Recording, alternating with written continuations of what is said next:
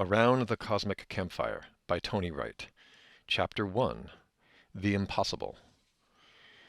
Growing up in Iowa in the 50s was quite an enriching experience. The summers smelled like sweet corn and everywhere from some not too distant field, while John Deere tractors hummed along every country road in every direction. The winters provided record-breaking snowbanks, and a kid could spend hours making snowball forts and hiding from their mothers.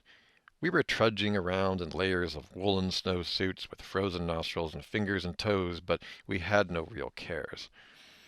There were outdoor ice skating rinks with campfires to warm our hands while having cocoa, and it was as good can be, and most of it was free. It was a June and Ward, leave it to beaver kind of life for me, and to this day, I appreciate it more than I can say. When I graduated high school, I had already fallen in love. Denny and I planned to get married, and before we did, we were going to save a little money so I could buy my own wedding cake and have a small party, and purchase the material for my mom to sew a little dress for me. It was white with a red bolero, and it was so fashionably 60s short, I couldn't raise my arms up to even dance. My dad worked at the post office and Mom worked at Sears, and they weren't rolling in money, so I wanted to pay my way. Luckily, Denny and I were delightfully pretty simple, as we resided in our awareness that money was, at the time, painfully scant.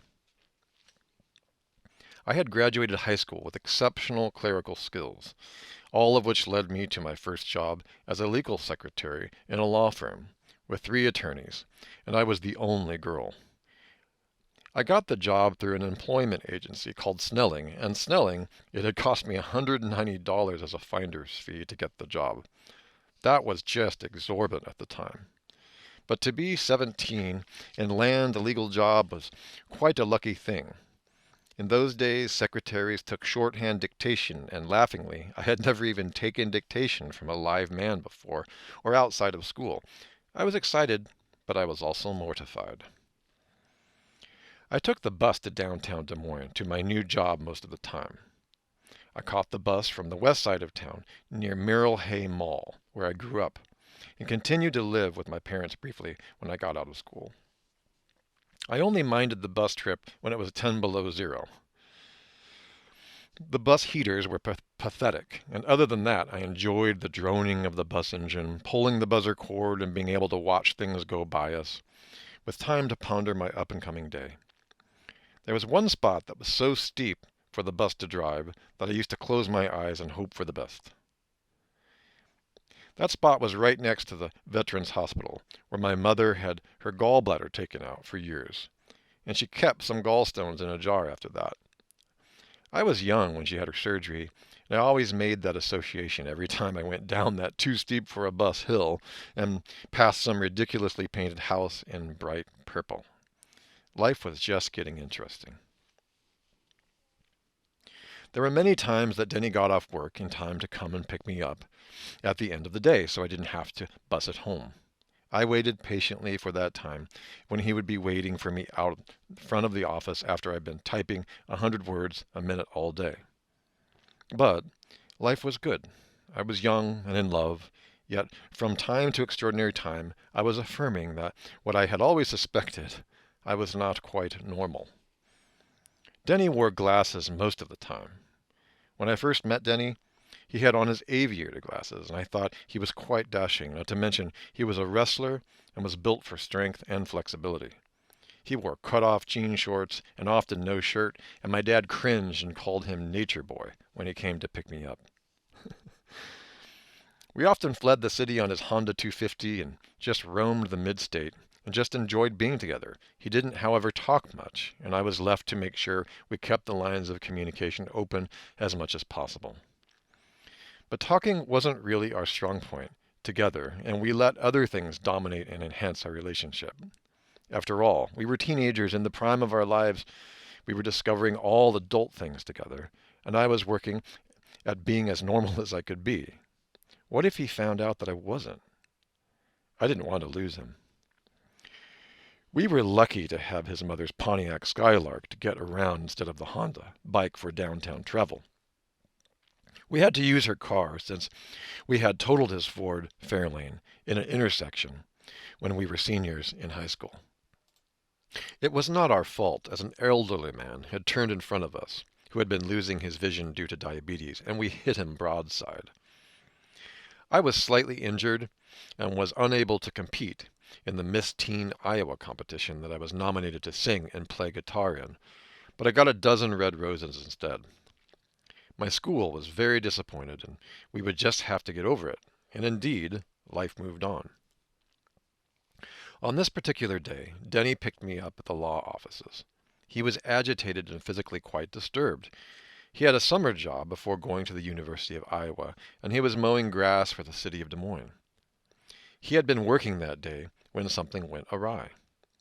I finally got him to tell me what was wrong, and he said that he was mowing off Beaver Avenue and didn't have his glasses on, but had his contacts in that day. A piece of glass or something had been thrown out of the mower and had hit him right near his eye. He stopped and took out his contact lens to tend to his eye, and the wind took the contact and blew it away. Contacts were very expensive in those days, and it took him a long time to earn the money to replace something like that. As we drove back to our side of town from downtown, I asked him if he could take me to the mowing site and we could look for it. I wanted to help in any way that I could. I told him we could find it. In fact, I knew we could. He looked at me like I was just out of the loony bin. I begged him to go there, and he said he wasn't even sure which city block he was mowing on when it happened. I begged him nonetheless to go there, and considering how intensely we were trying to save our money, he gave up and decided to drive over to where he thought he was mowing. He wasn't sure, but we parked, and he got out and walked around looking fairly clueless. And I got out and stood for a moment until I knew which direction to go. I was happy that it was sunny because on that day I felt this knowing that I always felt since I was young, and walked over and opened the grass and found the contact, which then caught a tiny piece of the sun. "Ah, there you are," I smiled. It was in perfect condition. He took the contact, put it in his case, and we got in the car and drove home. He didn't speak to me for a while, and apparently he was stunned. He wasn't sure what had just happened. I wasn't either. But I was learning that I had the capability to feel vibrations and things like that. I wanted to find and to just rest in it when I found it. I wasn't totally perfect at it yet, but I was getting better. I don't believe he told anyone about it, and we never talked to each other about it either, ever again. I wasn't sure whether to feel elated, excited, and explorative about the things I was discovering I could do, or to be secretive and feel ashamed. It would be many years before I would stop being afraid of this mysterious skill and start sharing who I was with others. Today I am so happy that I can continue to hear, find, share, and laugh about incredible powers I have and that we all have, once we are aware and just cultivate them. That is what I'm here to tell you. We are all amazing beings, and if we tune into the higher radio station of our inner selves, we can adjust the dial and clear the static and follow the incoming transmission. We can hone in on almost anything we want. Is it a God station? Are there angels talking to us, or guides? I would say so. And since that time I have found other things and heard other very, very important messages. Some that actually saved my life. Yes, some that saved my life. As we will see in the upcoming chapter, let's move forward now and read The Deputy.